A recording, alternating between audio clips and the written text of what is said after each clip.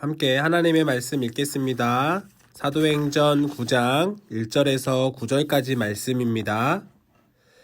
사울이 주의 제자들에 대하여 여전히 위협과 살기가 등등하여 대제사장에게 가서 다메섹 여러 회당에 가져갈 공문을 청하니 이는 만일 그 도를 따르는 사람을 만나면 남녀를 막론하고 결박하여 예루살렘으로 잡아오려 함이라. 사울이 길을 가다가 다메섹에 가까이 이르더니 호련히 하늘로부터 빛이 그를 둘러 비추는지라. 땅에 엎드러져 들음에 소리가 있어 이르시되 사울아 사울아 내가 어찌하여 나를 박해하느냐 하시거늘 대답하되 주여 누구시니이까 이르시되 나는 내가 박해하는 예수라.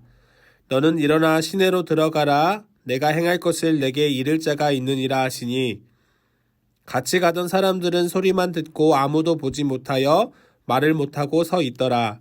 사울이 땅에서 일어나 눈을 떴으나 아무것도 보지 못하고 사람의 손에 끌려 다메섹으로 들어가서 사흘 동안 보지 못하고 먹지도 마시지도 아니하니라. 아멘. 사랑하는 친구들 안녕하세요. 한 주간도 잘 보내고 있지요. 우리가 머문 곳에서 우리가 하나님의 사람임을 기억하는 우리 사랑하는 친구들이 되었으면 좋겠습니다. 2021년 들어서 믿음에서 소망으로 살아가는 삶에 대해서 나누고 있고 그 삶을 나누는 데 있어서 우리가 증인으로 살아갔으면 좋겠다. 하나님의 제자로 살아갔으면 좋겠다. 예수님의 이름을 붙잡는 사람으로 살아갔으면 좋겠다. 말씀을 나누고 있습니다. 오늘도 동일한 맥락의 말씀이에요. 함께 오늘 말씀 가운데 힘이 되고 도전이 되는 귀한 말씀의 시간이 되기를 주님의 이름으로 간절히 소망합니다. 말씀의 제목을 한번 읽어보면 이렇습니다. 사울이 바울이 되었어요. 뭐라고요? 사울이 바울이 되었어요. 예수님을 믿는 삶은 어떤 삶일까? 예수님을 믿는 증인의 삶은 어떤 삶일까? 이런 부분을 계속해서 우리 마음속에 생각하면서 오늘의 말씀을 들었으면 좋겠습니다. 오늘의 말씀의 주인공은 사울이에요. 누구라고요? 사울이요. 그런데 사울은 어떤 사람이었냐면 이렇게 말씀합니다. 사도행전 22장 3절의 말씀에 보니까 이렇게 말씀하고 있어요. 나는 유대인으로 길리기아 다소에서 났고 이 성에서 자라 가말리알의 문화에서 우리 조상들의 율법에 엄한 교훈을 받았고 오늘 너희 모든 사람처럼 하나님께 대하여 열심히 있는 자라. 사울이 어떤 사람이었다고요? 유대인이었대요. 가말리아의 문화생이었대요. 잘 모르겠지만 복잡하지만 이런 사람이었대요. 그런데 하나님의 율법에 엄한 교훈을 받았던 사람이래요. 더 나아가서 하나님 앞에 열심히 있었던 사람이래요. 그러니까 사울이라는 사람이 하나님을 믿었던 사람인가요? 안 믿었던 사람인가요? 믿었던 사람이에요. 믿기만 할 뿐 아니라 그 하나님에 대한 마음이 열심히 대단했던 사람이라는 거예요. 그런데 그 하나님께 대한 열심이 대단했기 때문에 어떤 삶을 살았냐면 오늘 함께 읽은 말씀의 1절의 말씀에서 이렇게 말씀하고 있습니다. 사울이 주의 제자들에 대하여 여전히 위협과 살기가 등등하여 대제사장에게 가서 사울이 주의 제자들에게 품은 마음이 어떤 마음이었어요? 위협하는 마음이었고요. 살기가 있는 마음이었다는 말이에요. 그러니까 사울의 생각 속에 하나님께 대한 열심을 가지고 어떤 일을 행했던 사람이에요? 예수님을 믿는 사람들을 잡거나 가두거나 핍박하는, 힘들게 하는 사람이었다는 얘기예요. 자기가 가지고 있는 하나님에 대한 열심으로 예수님을 믿는 사람들에 대해서 힘들게 하고 곤란하게 만들고 마음을 어렵게 하고 감옥에 가두는 등의 일들을 하는 사람이었다는 얘기예요. 그래서 오늘 말씀 가운데서도 사울은요 대제사장에게 가서 저기 멀리 다메섹이라는 곳에 예수님 믿는 사람들이 있답니다. 그 사람들 내가 다 잡아오겠습니다. 허락해 주십시오. 라고 하는 공문을 청하게 되고요. 그 공문을 받아서 다메섹이라는 곳에 제자들에 대한 위협과 살기의 마음을 가지고 쫓아가는 거예요. 그런데 그 가는 길 가운데 어떤 일을 마주하게 되냐면요. 9장 3절의 말씀인데요. 이렇게 말씀합니다. 사울이 길을 가다가 다메섹에 가까이 이르더니 호련히 하늘로부터 빛이 그를 둘러 비추는지라. 다메섹으로 가는 그 가운데 누가요? 사울이요. 사울이 예수님을 믿는 사람들을 잡아 가두기 위해서 다메섹이라는 곳에 가까이 가고 있는데 사울에게 어떤 일이 일어났어요? 빛이 사울을 비추는 기적과도 같은 일이 일어난 거예요. 그런데 친구들, 이 빛이 비추는 행위는 그 당시에 사울에게 있어서는 어떤 의미가 있었냐면 바로 하나님이 사울에게 직접 나타난 것과 같은 의미를 가지고 있어요. 그러니까 사울에게 있어서 하나님을 만나는 순간이었다라는 것이죠. 사울이 이제까지 배워왔고 경험해왔던 하나님의 직접적인 만남의 순간이 그 다메섹에 가까이 가는 가운데 일어나게 된 거예요. 그러니까 사울은 하나님을 만난 거죠. 그래서 사울은 어떻게 해요? 그 하나님 앞에 엎드리는 거예요. 하나님의 전능하신 하나님이 나를 만나주러 오셨구나. 아마 기쁜 마음으로 엎드렸을 거예요. 두려운 마음으로 엎드렸을 거예요.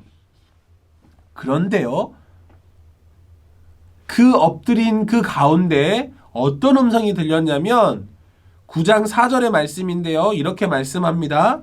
땅에 엎드려져 들음에 소리가 있어 이르시되 사울아 사울아 내가 어찌하여 나를 박해하느냐 하시거늘. 뭐라고 말씀하셨다는 거예요? 그 하나님이 사울아 사울아 내가 어찌하여 나를 박해하느냐, 힘들게 하느냐, 곤란하게 하느냐 라고 말씀하셨다라는 거예요. 사울의 마음은 어땠을까요? 사울이 자기가 가지고 있었던 기본적인 생각, 하나님을 만났다, 하나님이 드디어 나를 만나주셨구나 라는 그런 생각을 하고 있는 과중에 하나님이 사울에게 들려주신 음성은 너가 어찌하여 나를 힘들게 하느냐라는 음성이었다는 거예요. 아마 사울은 눈이 휘둥그레졌을 거예요. 깜짝 놀랐을 거예요. 하나님, 제가 언제 하나님을 힘들게 한 적이 있습니까? 언제 하나님을 어렵게 한 적이 있습니까? 언제 하나님을 곤란하게 한 적이 있습니까? 지금 내가 하고 있는 것은 바로 하나님을 위한 열심을 가지고 하는 일입니다. 도대체 당신은 누구십니까? 라는 질문을 던졌던 거예요. 그리고 그 빛 가운데 하나님은 뭐라고 말씀하시냐면 나는 내가 박해하는 예수라 라는 말씀을 사울에게 하게 되는 거예요. 사울은 깜짝 놀랐을 거예요. 지금 사울이 무엇을 하고 있었어요? 하나님을 향한 열심을 가지고 예수님을 믿는 사람들을 잡거나 감옥에 가두기 위해서 열심을 다해서 애쓰고 있는 거거든요. 그런데 하나님을 만나서 들렸던 음성이 내가 하나님인데, 예수가 하나님인데 어떻게 너는 그렇게 살아갈 수 있니? 라는 말을 하고 있는 거거든요. 사울은 어떤 삶을 살아갈까요? 이전과는 완전히 다른 삶을 살아갈 수밖에 없게 된 거예요.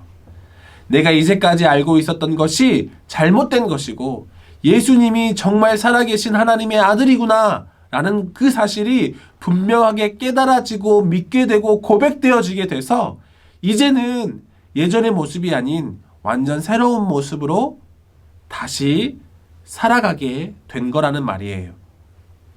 원래 사울은 어떤 사람이었다고요? 9장 2절에 보니까 다메섹 여러 회당에 가져갈 공문을 청하니 이는 만일 그 도를 따르는 사람을 만나면 남녀를 막론하고 결박해서 예루살렘으로 잡아오려 함이라. 예수님을 믿는 사람들을 어떻게 하면 잡아갈까? 어떻게 하면 감옥에 가둘까?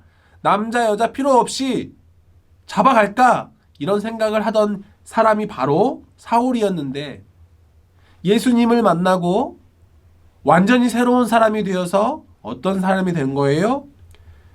사도행전 9장 20절에 보니까 즉시로 각 회당에서 예수가 하나님의 아들이심을 전파하니. 사랑하는 친구들, 사울은요 다메섹으로 가는 길 가운데서 하나님을 만나고 그의 인생이 완전히 달라졌어요. 이전과 이후의 삶이 완전히 달라졌다는 거예요. 그래서 이름을 바꿔요. 뭐라고요? 사울에서 바울로 이름을 바꿔요. 이름을 바꾼다는 의미는 이제 나는 이전의 삶이 아니라 새로운 삶을 살아가겠습니다 라고 하는 결단의 의지예요. 그래서 사울이 바울이 되었다라는 말은 이전까지 살아왔던 사울의 인생이 아무런 상관이 없고 이제는 바울로서 새로운 삶을 살겠습니다 라고 하는 그런 마음의 의지적인 표현이라는 거예요. 사랑하는 친구들, 우리 사랑하는 친구들에게도 첫 번째로 하나님을 인격적으로 경험할 수 있게 되는, 하나님을 만나게 되는 놀라운 일이 일어나게 되시기를 주님의 이름으로 간절히 축원합니다.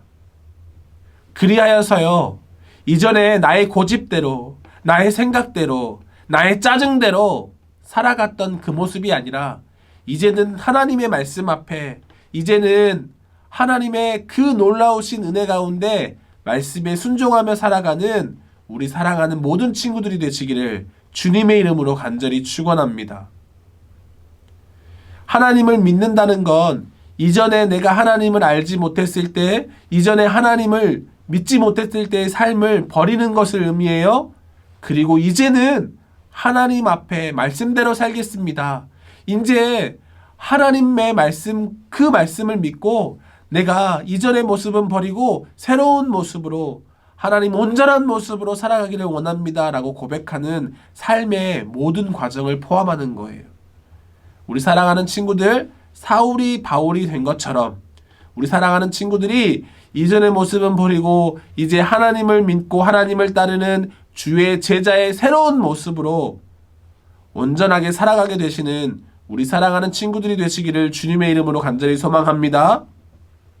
마지막으로 한 가지 더 말씀을 드릴 텐데, 사도 바울은요, 언제 새로운 삶을 살았냐면, 우리가 사도행전 9장 20절을 읽었지만 즉시로 그 삶을 살았어요. 무슨 말이에요? 예수님이 하나님의 아들이심을 고백하는 그 순간부터 이전의 모습은 버리고 새 사람을 새롭게 시작했다라는 거예요. 하나님, 내가 하나님을 믿지만 하나님 일주일만 시간 주십시오. 내 마음껏 살다가 일주일 후에부터 예수님 믿겠습니다. 이렇게 고백하지 않았다라는 거예요.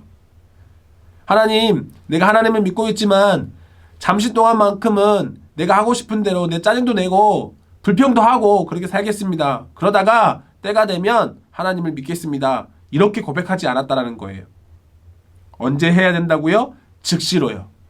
우리 사랑하는 친구들, 말씀을 듣는 이 즉시로 이전의 삶, 원망과 짜증과 불평과 시기와 다툼의 삶을 버리고 즉시로 하나님의 말씀에 순종하는 삶을 살아갈 수 있는, 또 부모님의 말씀에 순종하는 삶을 살아갈 수 있는 우리 사랑하는 귀한 친구들이 되시기를 다시 한번 주님의 이름으로 간절히 축원합니다.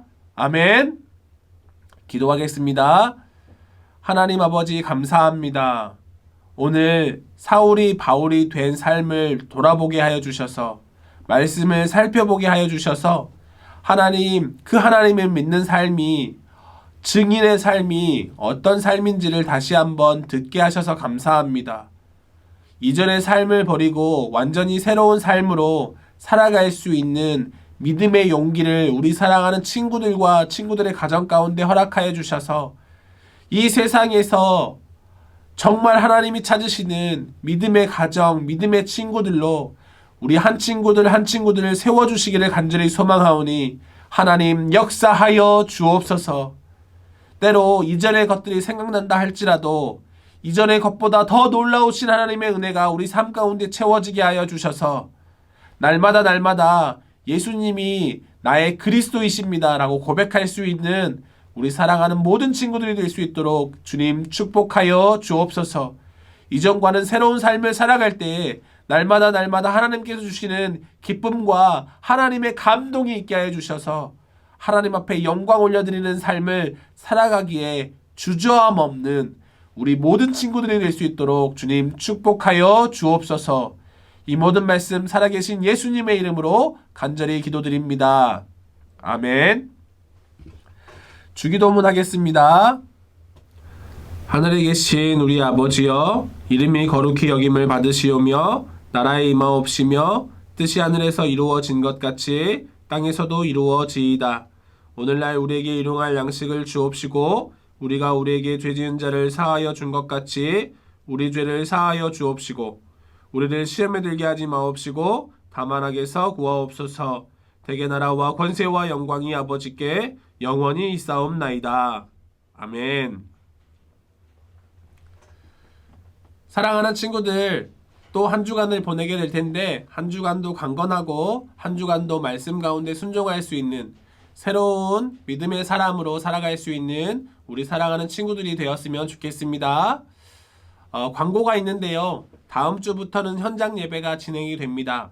다만 공간적인 부분 때문에 다음 주는 4학년 친구들만 현장에 나와서 예배하게 될 거예요.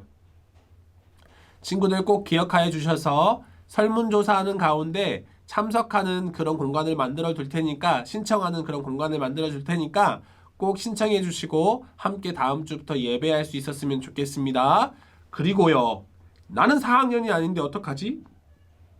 하는 친구들이 있다면 4학년이 아닌 친구들은 현장에서 실시간으로 예배할 수 있도록 유튜브 링크 주소를 전달해 드릴 테니까 함께 현장에서 예배하는 것처럼 모여서, 각 가정이지만 모여서 함께 예배했으면 좋겠습니다. 꼭 기억해 주세요. 다음 주에 만나요. 안녕.